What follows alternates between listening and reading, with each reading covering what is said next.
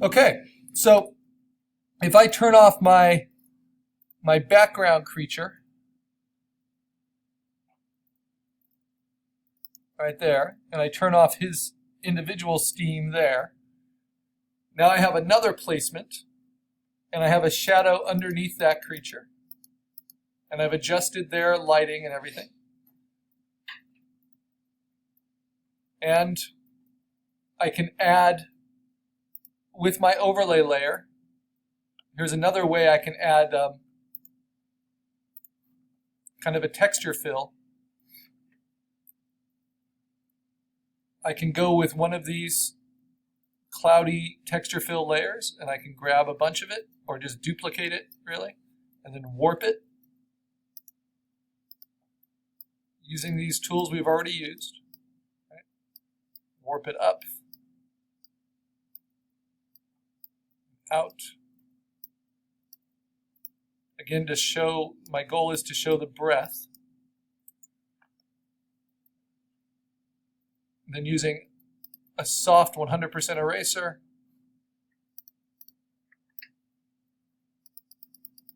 I can shape it, behind the tusks a little bit and kind of coming from the mouth and wafting up through the atmosphere. And then I can even change its color.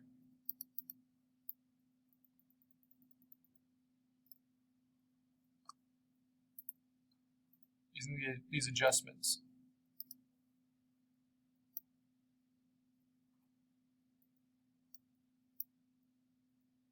I can change how bright it is.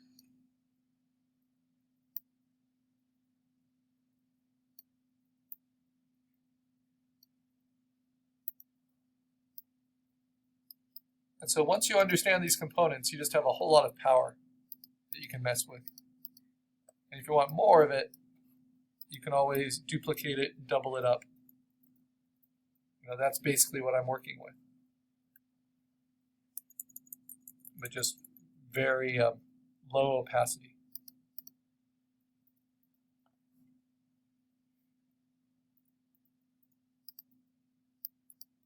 Okay, now to turn it in, so I have kind of two versions that I might like. I have this one where the guy's nice and big. I might actually duplicate this cloud again and bring it lower down, because some of this foreground's a little too contrasted for my taste. I can kind of stretch it this way and then just erase away softly at a lower opacity underneath and on top of my creature.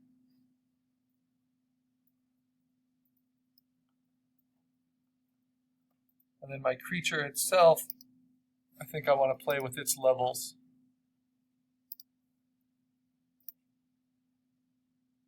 And just deepen its shadows a tiny bit.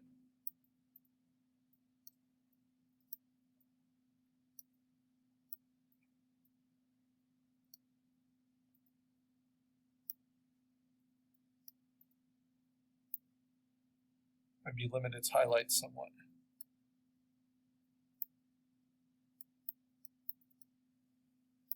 Oh, and then the one thing that was really helpful with my smaller guy was to do a clone stamp layer, right? So a new layer on top, color it red. This is a targeted clone stamp layer. We're going to affect all layers with it, and I'm going to add some frost to his back. I'm going to steal from these,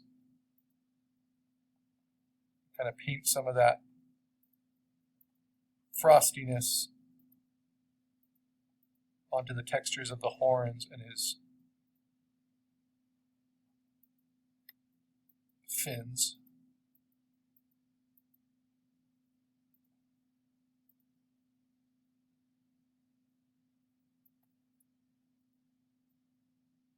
Mostly where they're exposed. And by having it on its own dedicated layer, I can then use opacity to kind of blend it in. I can use blending modes to help blend it in. I can dodge and burn it individually. Very helpful.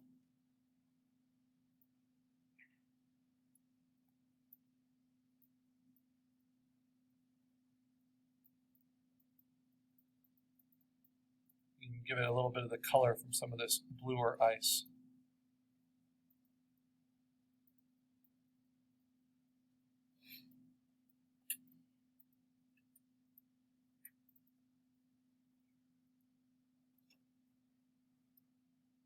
Okay. Then I can do dodging and burning anywhere else I think it might be needed.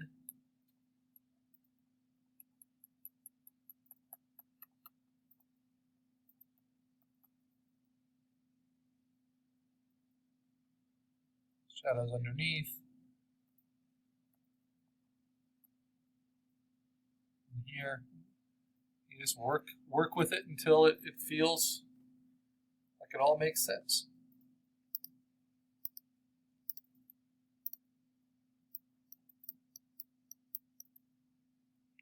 Maybe just erase some of this texture fill in front of my creature so it doesn't wash him out so much. Keeping the breath pretty clean. Okay, so now to turn these in,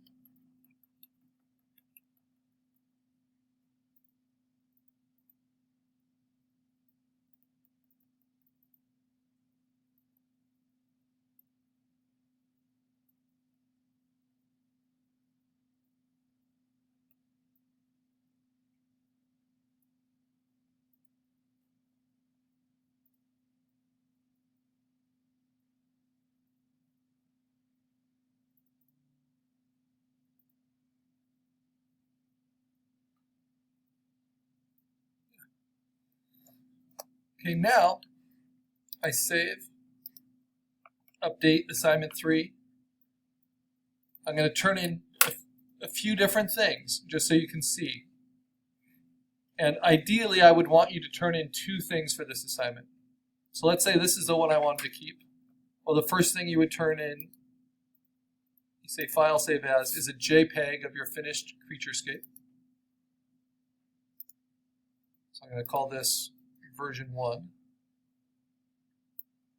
or large, because I haven't cropped this one at all.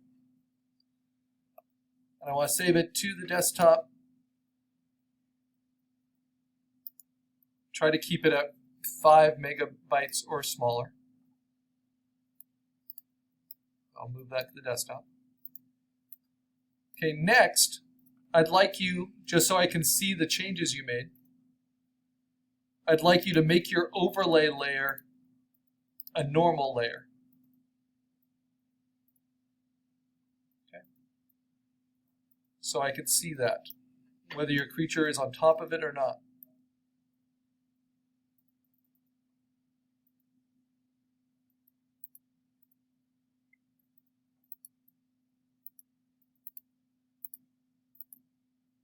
And that will show me your shadows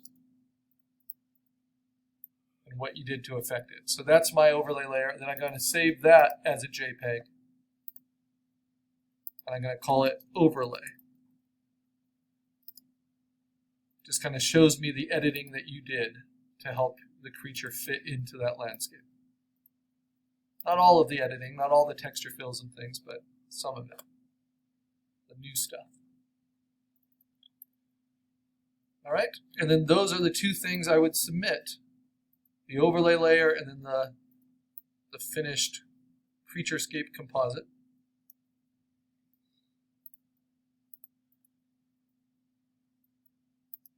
And then for the one I did before, I'm going to turn off these guys, turn on my background guy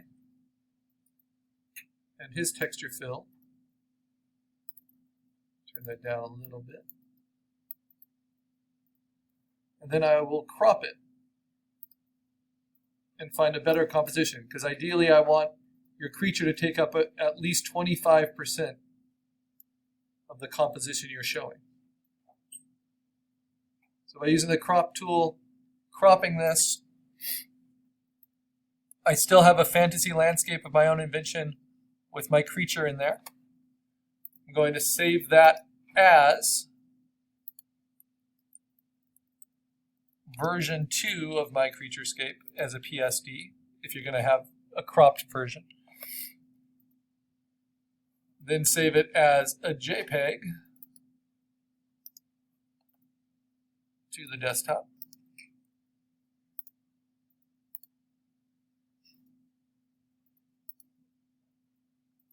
And it can be a higher quality because now it's fewer pixels, right? Because I cropped. And then lastly, I want to turn on the overlay layer by changing it to normal so I can see all those things I did. And just to make it really clear, I'm going to move my creature on top of it.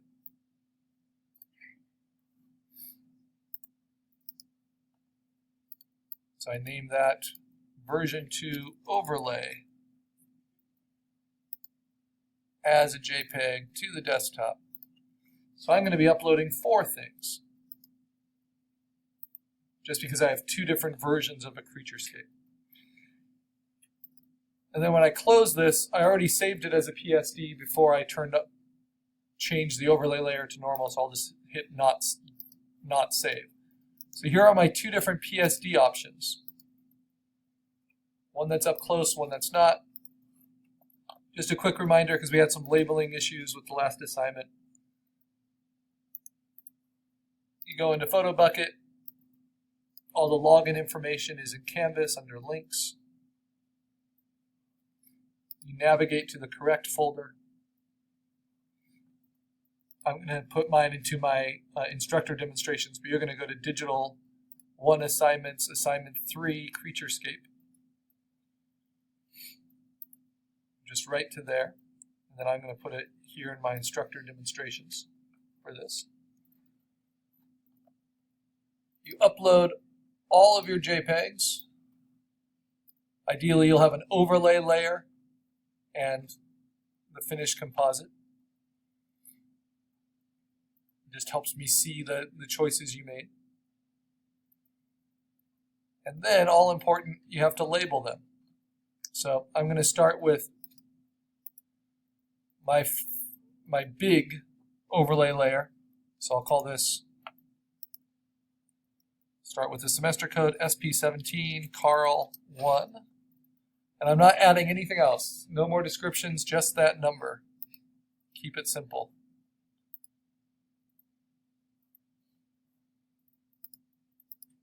And this one is SP17 Carl 2.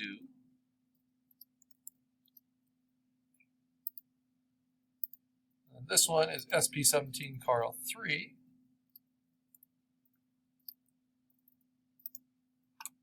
And this one is SP17 Carl 4.